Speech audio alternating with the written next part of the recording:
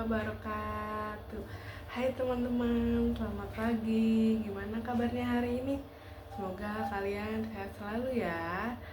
Aku senang banget deh bisa ketemu kalian hari ini. Perkenalkan, nama aku Adinda Zahra Melati, mahasiswi UIN SMH Banten, Prodi Bimbingan dan Konseling Islam semester 5. Nah, sebelum kita mulai kegiatannya, kita berdoa dulu yuk. Berdoa dimulai. Berdoa selesai. Nah teman-teman, hari ini kita akan mengisi instrumen AKPD atau angket kebutuhan peserta didik, yang dimana AKPD ini adalah salah satu alat dalam bimbingan dan konseling yang bersih pernyataan tentang masalah atau hal-hal yang sedang kalian alami. Jadi kalian harus mengisi dengan jujur, sesuai keadaan diri kalian, karena pernyataan ini nggak ada yang benar dan nggak ada yang salah. Jadi kalian harus ngisi sendiri, nggak boleh nyontek. Dijamin kita akan menjaga kerahasiaan dari kalian. Nah, AKPD ini juga nggak berpengaruh kok sama nilai rapot, jadi nggak ada hubungannya ya. Nah, instrumennya sudah aku bagikan ke ketua kelas. Nanti ketua kelas akan nge-share di grup kalian. Nah, sebelum kalian mengerjakan, tolong dirapikan dulu yang ada di atas meja. Kalian bisa nyimpan barang-barangnya ke dalam tas atau bisa kalian taruh di kolong meja. Nah, sebelum mengerjakan, adakah yang ingin ke toilet atau ingin bertanya? 5 menit ya, saya kasih waktu 5 menit kalau ada yang ingin ke toilet. Nah, kalau nggak ada yang ingin ke toilet, kita bisa lanjut ya. Kalian boleh buka Google Form-nya guys, boleh buka Google Form-nya. Nah, di sini saya akan ngejelasin teknis pengerjaannya. Sudah dibuka semua. Kalian bisa lihat ya, di situ ada kolom nama. Kalian bisa ngisi nama lengkap kalian, nggak boleh nama panggilan, nggak boleh nama pendek, pokoknya harus nama lengkap ya biar datanya jelas. Terus yang kedua ada kelas. Kalian sekarang kelas berapa? Misal kelas 11, jurusan akuntansi misalkan ya. Nah, terus asal sekolah kalian. Asal sekolah kalian nih, nama sekolah. Misalkan SMK 4 Kota Serang. Kalian isi. Nah, kalau kolom nama, kolom kelas, kolom asal sekolah udah kalian isi, kalian bisa lihat pernyataannya. Di sini ada 50 pernyataan dan kalian hanya boleh menjawab antara iya dan tidak. Tidak boleh menjawab keduanya karena akan menyulitkan data yang sudah masuk nantinya. Ingat ya guys, kalian hanya boleh jawab antara ya dan tidak. Dan kalian harus mengerjakan sesuai kemampuan diri kalian sendiri. Nggak boleh nyontek ke temen, nggak boleh ngikut-ngikut temen. Pokoknya harus jujur, karena di sini juga kita jujur karena menjaga kerahasiaan dari diri kalian semua. Oke, sudah siap semuanya? Kalau sudah siap, kalian boleh mengerjakan dari sekarang. Mungkin ada dari 50 pernyataan, 20 menit cukup kali ya waktunya. Kalau misalkan 20 menit cukup, kalian boleh mengerjakan dari sekarang. Selamat mengerjakan semuanya, harus fokus ya, jangan berisik.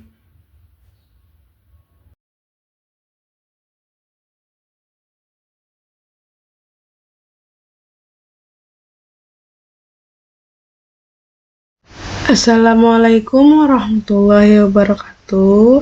Selamat pagi, selamat siang, selamat malam semuanya. Saya Dinda Zahra Melati dengan NIM 23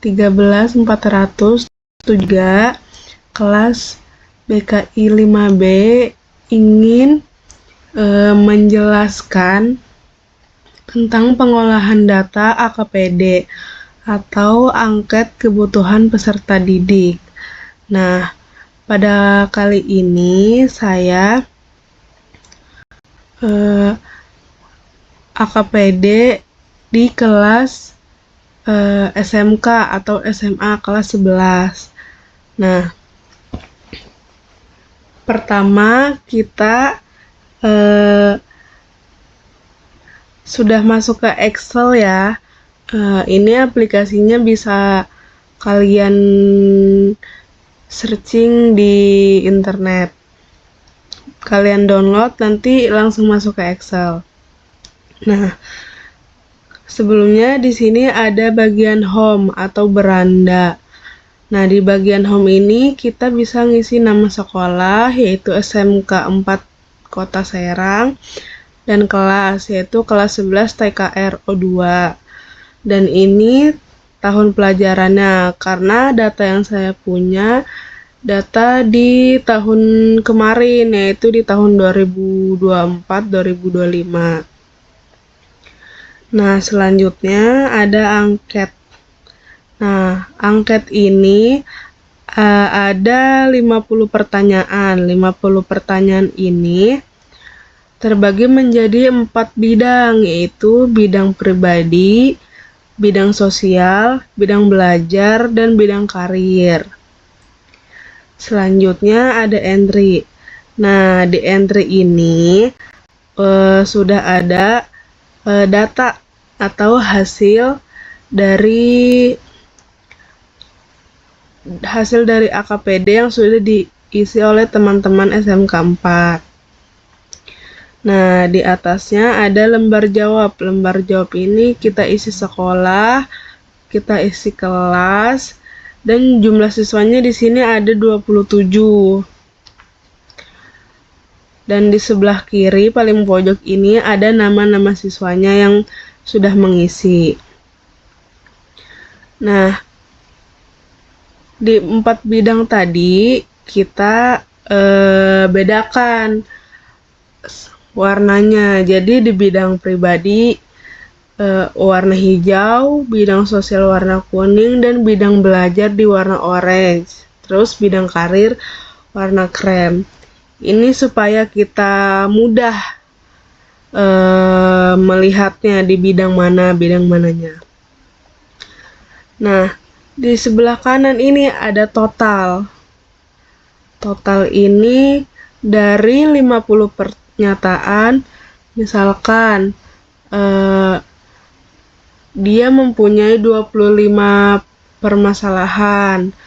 Nah, terus ada yang mempunyai 47 permasalahan dari 50 pernyataan tersebut. Nah, di bawahnya ini ada nomor item, terus ada jumlah konseli. Nah, jumlah konseli dari satu pernyataan, berapa nih orang yang mengalaminya, ada 12, misalkan ada 12 orang. Nah, ini persenan per butir, jumlah per bidang, dan persenan per bidang ini sudah otomatis ya teman-teman. Jadi ini sudah otomatis setelah kita mengisi si data-datanya ini. Nah, sebelumnya kan ini angkanya ada 1 dan 0. 1 dan 0 ini sebelum diubah ke angka adalah pernyataan ya dan tidak. Jadi 50 pernyataan itu anak-anak hanya bisa menjawab antara iya dan tidak. Nah, karena di sini sudah diganti, jadi 1 itu artinya pernyataan kalau siswa tersebut menjawab iya. Sedangkan yang angka 0 yang bisa kalian lihat itu adalah pernyataan kalau siswa menjawab tidak. Jadi di Excel sudah kita ubah, yaitu jawaban pernyataan iya kita ganti dengan angka 1 dan pernyataan tidak kita ganti dengan angka 0 supaya kita mudah untuk menghitung datanya. Nah, selanjutnya ada profil kelas. Nah, di profil kelas ini kita bisa melihat prioritas siswa mana yang permasalahannya paling tinggi dan permasalahannya sedang. Terus kebetulan di data yang saya miliki ini tidak ada yang rendah, jadi adanya sedang dan tinggi. Nah, kita bisa tahu tinggi dan sedangnya itu dari profil konseli di sebelahnya. Nah, yang tadi misalkan nomor absen pertama dia mempunyai permasalahan yang sesuai dengan dia itu 25 permasalahan dari 50 pernyataan. Nah, berarti dia 50% termasuk tinggi. Sedangkan kalau jumlah permasalahannya di bawah dari 50 seperti ini ada 11, berarti dia permasalahannya sedang karena di bawah 50%. Nah, selanjutnya ada deskripsi kebutuhan. Deskripsi kebutuhan ini ada sesuai bidang ya. Ada asesmen kebutuhannya.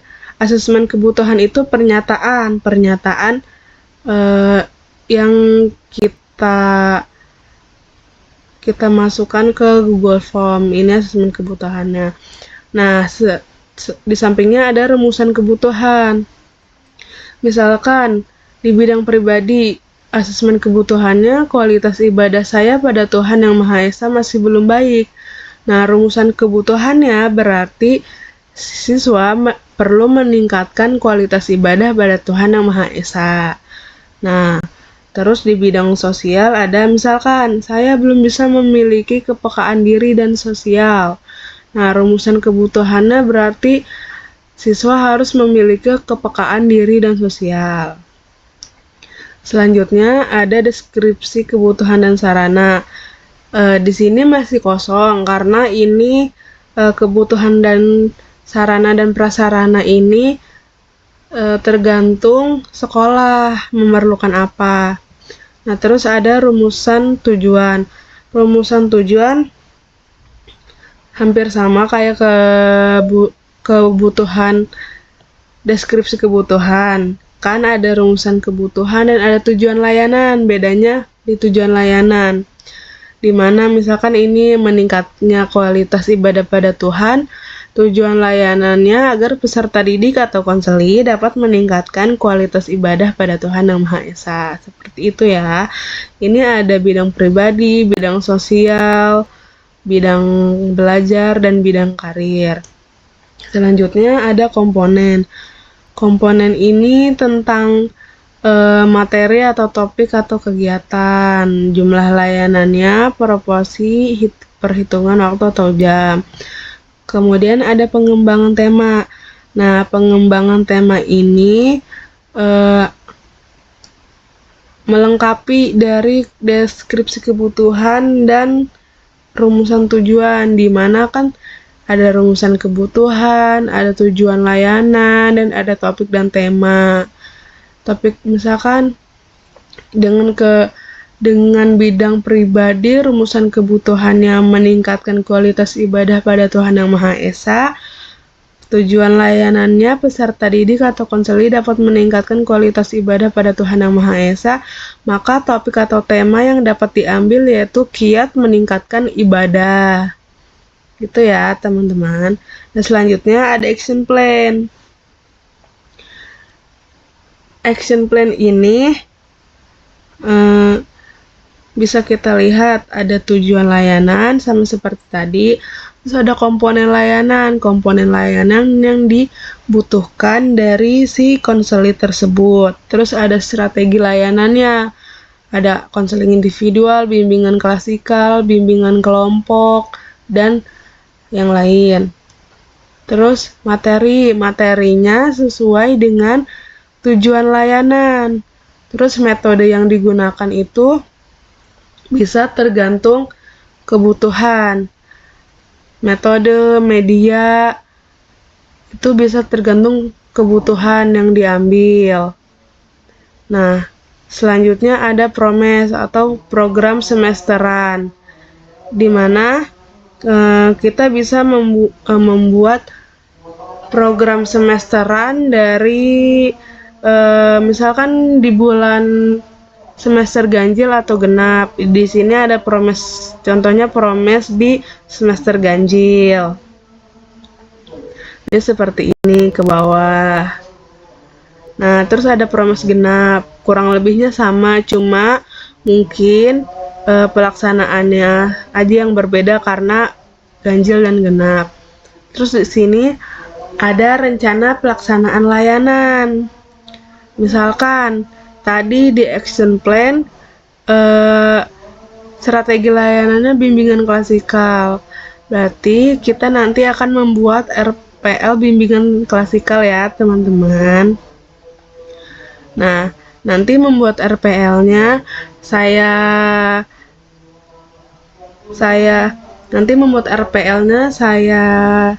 kasih lihat di video yang lain.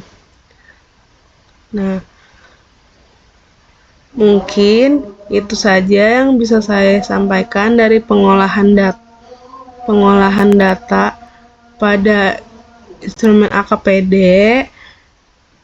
Jika ada yang salah pengucapan dan kurang jelas, mohon maaf. Wassalamualaikum warahmatullahi wabarakatuh.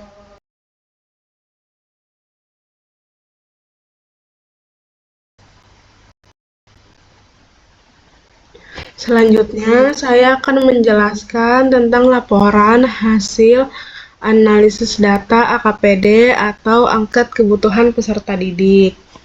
Di mana pada yang pertama itu ada hasil data pada bidang pribadi. Kita bisa melihat di sini tabelnya berwarna hijau. Berdasarkan tabel di atas yang memuat kebutuhan peserta didik pada bidang pribadi di atas, maka diperoleh permasalahan yang paling banyak dialami siswa, yaitu kualitas ibadah saya pada Tuhan Yang Maha Esa masih kurang baik, dengan jumlah siswa yang mengalaminya sebanyak 22 siswa dengan presentasi butir pertanyaan sebesar 2,46%.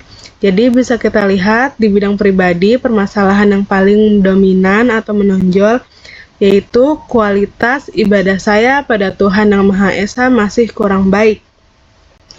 Dan yang kedua ada hasil data pada bidang sosial.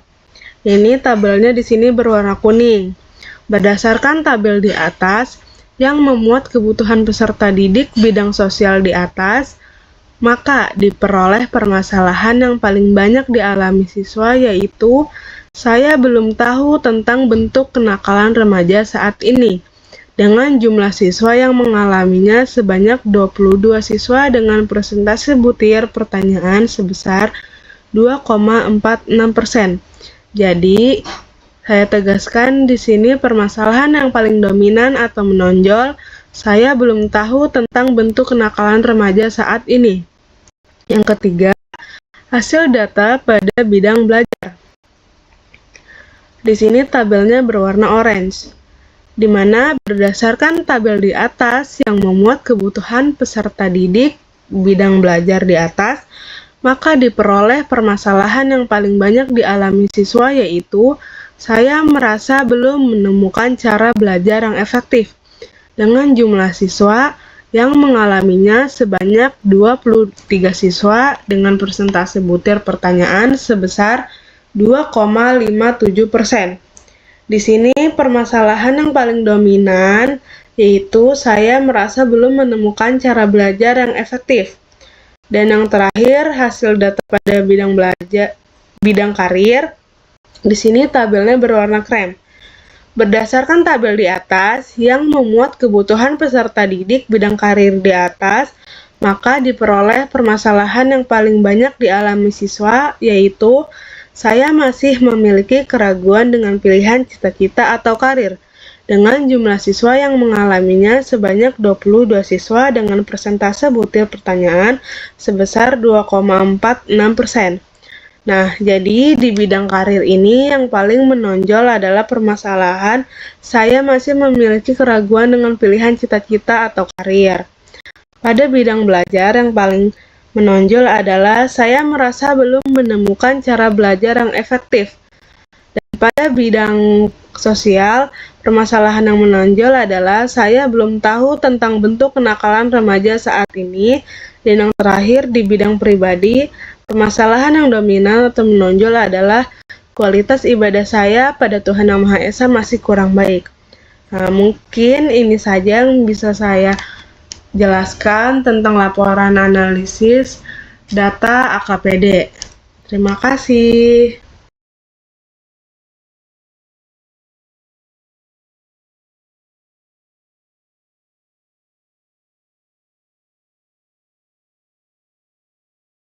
Nah, di video ketiga ini kita akan mengetahui bagaimana cara membuat rencana kegiatan atau action plan pada bimbingan dan konseling.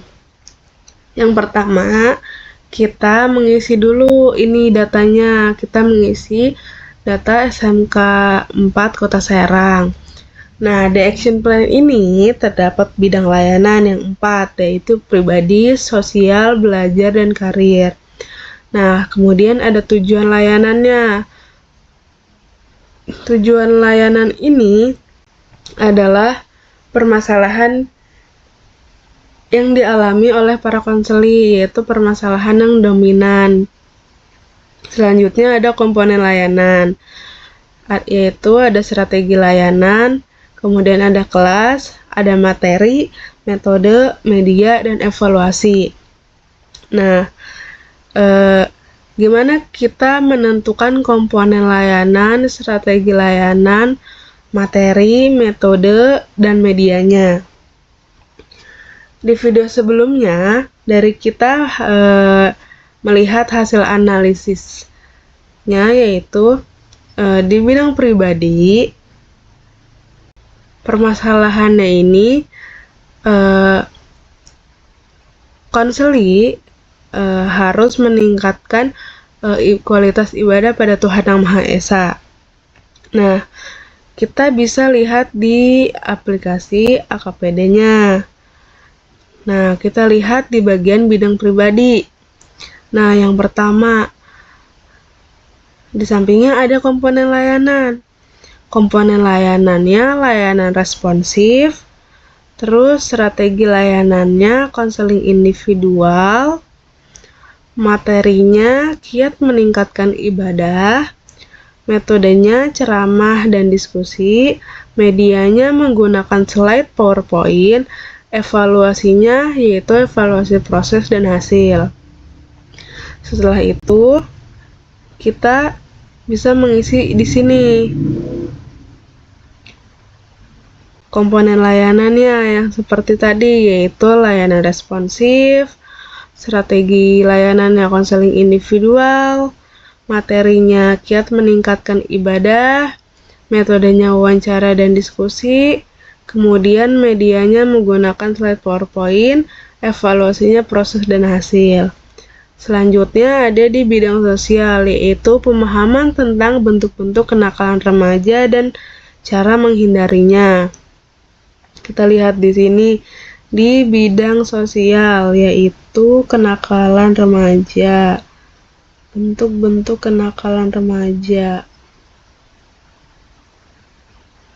Nah, yang ini komponen layanannya yaitu layanan dasar, strategi layanannya bimbingan klasikal, materinya bentuk-bentuk kenakalan remaja, medianya ceramah dan diskusi, metodenya ceramah dan diskusi, medianya menggunakan slide PowerPoint, evaluasinya proses dan hasil. Sama kayak di bidang pribadi yang tadi. Kemudian di bidang belajar yaitu cara belajar efektif dan efisien. Kita lihat di bidang belajar.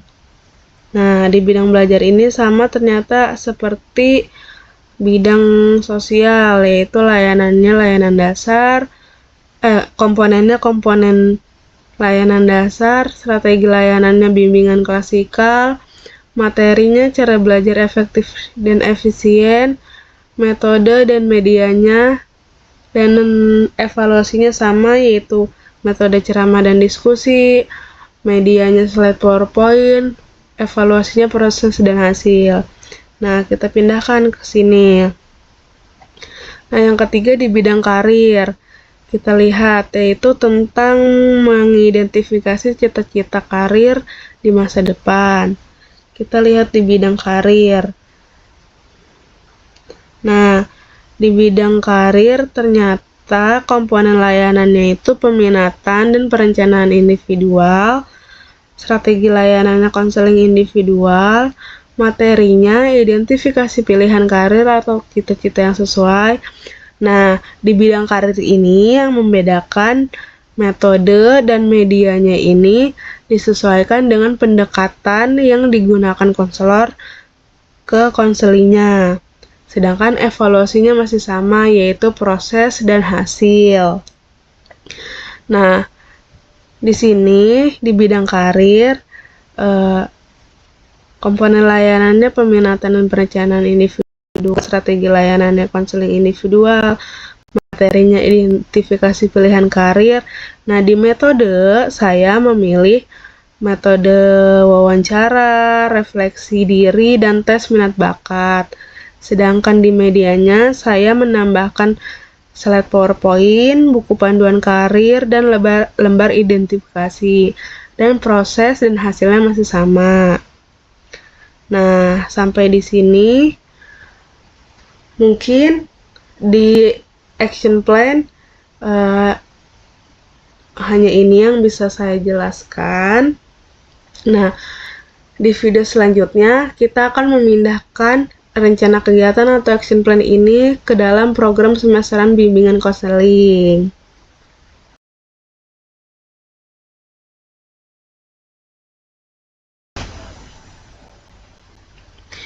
Nah, seperti yang saya bilang di video sebelumnya, kita akan memindahkan action plan atau rencana kegiatan bimbingan dan konseling pada video sebelumnya ke dalam program semesteran. Yang pertama, seperti biasa, kita di sini mengisi dulu data identitas sekolah, yaitu SMK Negeri 4 Kota Serang, tahun pelajaran 2024-2025. Nah, di program semesteran ini ada jenis kegiatan layanan, bidang bimbingan yang 4 ini, pribadi, sosial, belajar, karir, fungsi bimbingan dan konseling, tujuan, kelas, dan waktunya. Nah, karena saya membuat ini di semester ganjil, maka yang saya buat adalah program semester ganjil, di mana awalnya dimulai awal semester baru, yaitu di bulan Juli. Nah, kemudian kita ke bagian persiapan. Di bagian persiapan ini ada 5, yaitu pembagian tugas guru bimbingan dan konseling atau konselor, di mana tujuannya tercapainya efektivitas layanan bimbingan dan konseling. Kelas 11, waktunya bulan Juli. Nah, ini program semesteran dilaksanakan di semester ganjil, yaitu dari bulan Juli sampai bulan Desember. Yang kedua, asesmen kebutuhan. Tujuannya terungkapnya kebutuhan peserta didik atau konseli. Yang ketiga, menyusun program bimbingan dan konseling. Tujuannya layanan bimbingan dan konseling lebih terarah dan tetap sasaran. Yang keempat, konsultasi program bimbingan dan konseling, di mana tujuannya mendapatkan dukungan dari kepala dan komite sekolah. Yang kelima, ada pengadaan sarana atau prasarana bimbingan dan konseling, yaitu terpenuhinya kebutuhan sarana yang menunjang keberhasilan layanan BK. Nah, selanjutnya yang B, yaitu layanan bimbingan dan konseling, di mana ada layanan dasar, layanan responsif, layanan peminatan, dan perencanaan individual. Nah, sesuai yang di action plan, layanan dasarnya tadi ada di bidang sosial dan bidang belajar, yaitu strategi layanan bimbingan klasikal. Nah, karena yang bimbingan layanan dasarnya bimbingan klasikal yaitu bidang sosial dan bidang belajar, maka di sini kita checklist. Di bidang sosial kita checklist, terus di bidang belajar kita checklist. Nah, fungsinya di bidang sosial ini yaitu tentang pemahaman. Pemahaman tujuannya di bidang sosial ini peserta didik atau konseling memiliki pemahaman tentang bentuk-bentuk kenakalan remaja dan cara menghindarinya. Selanjutnya di bidang belajar, yaitu fungsi BK-nya pencegahan dan pengembangan diri, yang dimana tujuannya pada bidang belajar yaitu peserta didik atau konseling dapat mengenal hakikat belajar, memahami faktor-faktor yang mempengaruhi hasil belajar, serta cara belajar yang efektif dan efisien. Nah, ini di layanan dasar bimbingan klasikal, yaitu pada bidang sosial dan bidang belajar. Selanjutnya ada layanan peminatan dan perencanaan individual, di mana peminatan dan perencanaan individual ini berpengaruh pada bidang karir. Oleh karena itu, kita checklist bagian bidang karir dan strategi layanannya konseling individual, di mana fungsi bimbingan konselingnya yaitu pada bidang karir adalah pemahaman, dan tujuannya adalah peserta didik atau konseling mampu mengidentifikasi dan menetapkan cita-cita karir masa depannya. Waktunya dari bulan Juli sampai Desember. Selanjutnya, yang terakhir ada layanan responsif, di mana pada layanan responsif ini ada di bidang pribadi. Kita checklist dulu bidang pribadi. Strategi layanannya konseling individual, di mana fungsi BK-nya yaitu pengentasan dan pengembangan diri. Tujuannya terbantunya peserta didik dalam mengatasi hambatan atau memecahkan masalah yang dialaminya. Nah, selain layanan bimbingan dan konseling di program semester, kita juga bisa mengisi. Nah, di sini ada dukungan sistem. Dukungan sistemnya itu ada 5, yaitu melaksanakan dan menindaklanjuti asesmen atau termasuk kunjungan rumah, di mana tujuannya mengumpulkan data dan kebutuhan peserta didik. Yang kedua ada kunjungan rumah. Tujuannya mengetahui langsung kondisi peserta didik di lingkungan rumah. Yang ketiga menyusun dan melaporkan kegiatan bimbingan dan konseling. Tujuannya mempertanggungjawabkan kinerja kepada kepala sekolah. Yang keempat membuat evaluasi. Tujuannya penilaian ketercapaian program layanan bimbingan dan konseling. Yang kelima, melaksanakan administrasi dan mekanisme bimbingan konseling, yang dimana tujuannya sebagai bukti fisik pelaksanaan bimbingan dan konseling. Nah, yang terakhir, yang paling bawah, ada kegiatan tambahan dan pengembangan profesi untuk guru BK atau konselor. Ada 2. Yang pertama, kegiatan tambahan guru bimbingan dan konseling atau konselor. Tujuannya meningkatkan kualitas layanan BK serta menunjang pelaksanaan tugas utama konselor di sekolah. Yang kedua, pengembangan keprofesian konselor, di mana bertujuan untuk mengembangkan diri dan profesi. Nah, di program semester, ini yang dapat saya sampaikan. Jika kalian bingung, kalian bisa nanya di kolom komentar. Nah, selanjutnya setelah program semesteran, kita akan membuat jadwal kegiatan atau RPL dulu ya. Kita lihat di video selanjutnya.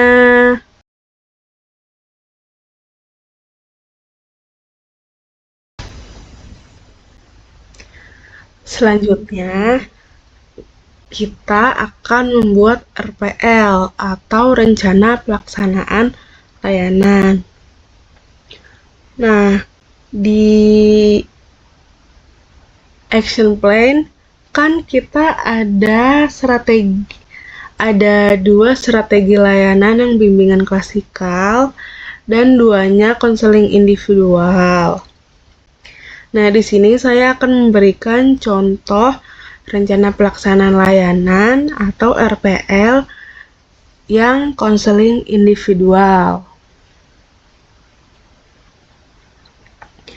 Di mana di sini di paling atas kita mengisi data atau biodata dari sekolah.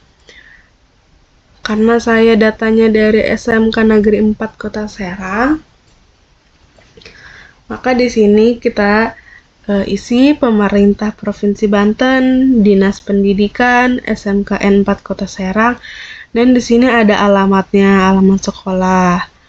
Nah, selanjutnya ada rencana pelaksanaan layanan konseling individual tahun pelajaran 2025-2026. Harusnya di sini 2024-2025. Nah, karena di sini saya memakai data kelompok agar memudahkan. Jadi di sini ada komponennya itu ada nama konseli. Kita bisa isi nama si konseli tersebut dengan inisial atau disamarkan. Yang kedua, ada kelas atau semester. Nah, karena datanya saya menggunakan kelas 11, jadi di sini kita mengisi kelas 11 dan semester ganjil karena dilaksanakannya di semester ganjil. Nah, hari dan tanggal bisa menyesuaikan. Di sini saya mengisinya Senin 25 Agustus 2025. Terus pertemuan ke-1 atau pertemuan pertama, di mana sesi konseling ini ada beberapa kali pertemuan. Nah, ini contoh untuk pertemuan yang pertama. Nah, untuk waktunya sendiri yaitu 40 menit atau bisa disesuaikan dengan permasalahan si konseli, apakah permasalahannya cukup berat atau sedang. Nah, tempatnya kalian bisa menggunakan ruangan BK atau di ruangan konseling. Nah, di sini ada gejala atau keluhan yang nampak dari si konseli. Kita bisa di sini. Ini contohnya di bidang pribadi ya. Yaitu konseli mengaku merasa malas dan tidak konsisten dalam menjalankan ibadah seperti sholat dan membaca Al-Quran. Ia juga sering lupa waktu karena terlalu sibuk dengan aktivitas lain. Nah, berdasarkan hasil informasi dan pengamatan dari guru BK, konseli ingin memperbaiki kebiasaannya agar lebih rajin dan disiplin dalam beribadah. Nah, di titik-titik ini kita bisa nulis tempat dan tanggal dilaksanakannya. Terus di sini ada kolom tanda tangan guru atau konselor yang bertanggung jawab membimbing atau menemani si konseli tersebut. Nah, perlu ditegaskan bahwa konseling individual ini bersifat rahasia antara guru BK atau konselor dan si konseli tersebut. Jadi, guru BK atau konselor tidak boleh membicarakan atau membocorkan rahasia permasalahan konseli kepada siapapun. termasuk keluarga, orang tua, anak, atau guru-guru yang lain. Nah, perlu kalian ketahui bahwa RPL ini bersifat rahasia.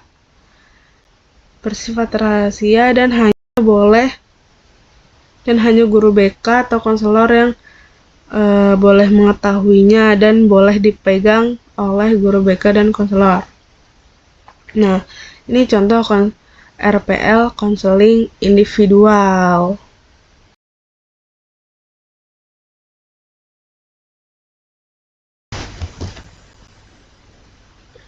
Selanjutnya, kita akan membuat jadwal kegiatan. Seperti biasa, yang pertama dilakukan yaitu mengisi data sekolah, di mana jadwal kegiatan bimbingan dan konseling SMKN 4 Kota Serang. Tahun pelajaran harusnya 2024-2025. Nah, di sini ada komponen dan kegiatan layanan. Nah, bulannya karena dilaksanakan di semester ganjil, maka dilaksanakan dari bulan Juli sampai Desember. Nah, 1, 2, 3, 4 ini itu minggunya. Misalkan bulan Juli minggu pertama, Juli minggu kedua, Juli minggu ketiga, Juli minggu keempat, dan seterusnya. Nah, di jadwal kegiatan sama seperti di program semesteran, ada persiapan, melakukan asesmen kebutuhan. Misalkan guru BK atau konselor melakukan asesmen kebutuhannya di Juli minggu pertama. Terus mendapat dukungan dari kepala dan komite sekolahnya di Juli minggu kedua. Selanjutnya, menetapkan dasar perencanaan layanannya di Juli minggu ketiga. Nah, pelaksanaannya kan ada layanan dasar, di mana layanan dasar ini ada bimbingan klasikal, ada layanan responsif, yaitu konseling individual, dan peminatan perencanaan individual, yaitu konseling individual. Nah, misalkan di layanan dasar bimbingan klasikal kan kita di bidang sosial dan belajar. Nah, kita melaksanakannya di bulan Agustus minggu kedua. Misalkan Agustus minggu kedua ini di bidang sosial, maka di September minggu kedua sebulan setelah Agustus kita melaksanakan yang bimbingan klasikal bidang belajar. Nah, yang di layanan responsif juga sama. Misalkan layanan responsif kan konseling individual. Konseling individual kan hanya sendiri, konselingnya hanya 1 orang. Jadi misalkan kita melaksanakan konselingnya di Agustus minggu keempat. Nah, kita melaksanakan konseling ini menyesuaikan kesiapan dari si konselor tersebut. Nah, misalkan di pertemuan pertamanya sudah ditetapkan pada Agustus minggu keempat, maka pas pertemuan pertama kita menetapkan lagi nih pertemuan keduanya mau di kapan, misalkan sebulan setelahnya, karena kita melihat dari perkembangan si konseli tersebut, yaitu di September bulan keempat, maka diadakan pertemuan kedua. Nah, sama seperti di peminatan dan perencanaan individual, strategi layanan konseling individual, karena ini individual juga, jadi bisa kita menanyakan kesiapan si konselor tersebut. Misalkan dari Juli sampai September dia masih belum siap, masih bingung, masih mau memikirkannya sendiri, belum butuh bantuan guru BK atau konselor. maka dia bisa memilih pertemuan pertamanya di bulan Oktober. Nih, di sini contohnya di bulan Oktober minggu kedua. Jadi si konseling melakukan pertemuan pertama dengan konselor, menanyakan perihal cita-cita atau karir di masa depannya di Oktober minggu kedua. Nah, pertemuan selanjutnya ditetapkan setelah pertemuan pertama selesai dan melakukan kesepakatan bersama. Nah, selanjutnya ada akuntabilitas, di mana ada evaluasi proses dan evaluasi hasil. Evaluasi proses dan evaluasi hasil biasanya terjadi di akhir semester atau penghujung semester, di mana setelah semua strategi layanan, baik bimbingan klasikal, konseling individual, dan konseling individual bidang karir ini semuanya sudah terlaksana, maka dilakukan evaluasi proses dan evaluasi hasil, di mana biasanya terjadi di bulan Desember atau penghujung semester. Dan itu tergantung guru BK atau konselor mau dilaksanakan evaluasinya di minggu pertama, kedua, ketiga, atau keempat. Nah, mungkin ini yang bisa saya sampaikan untuk jadwal kegiatan bimbingan dan konseling.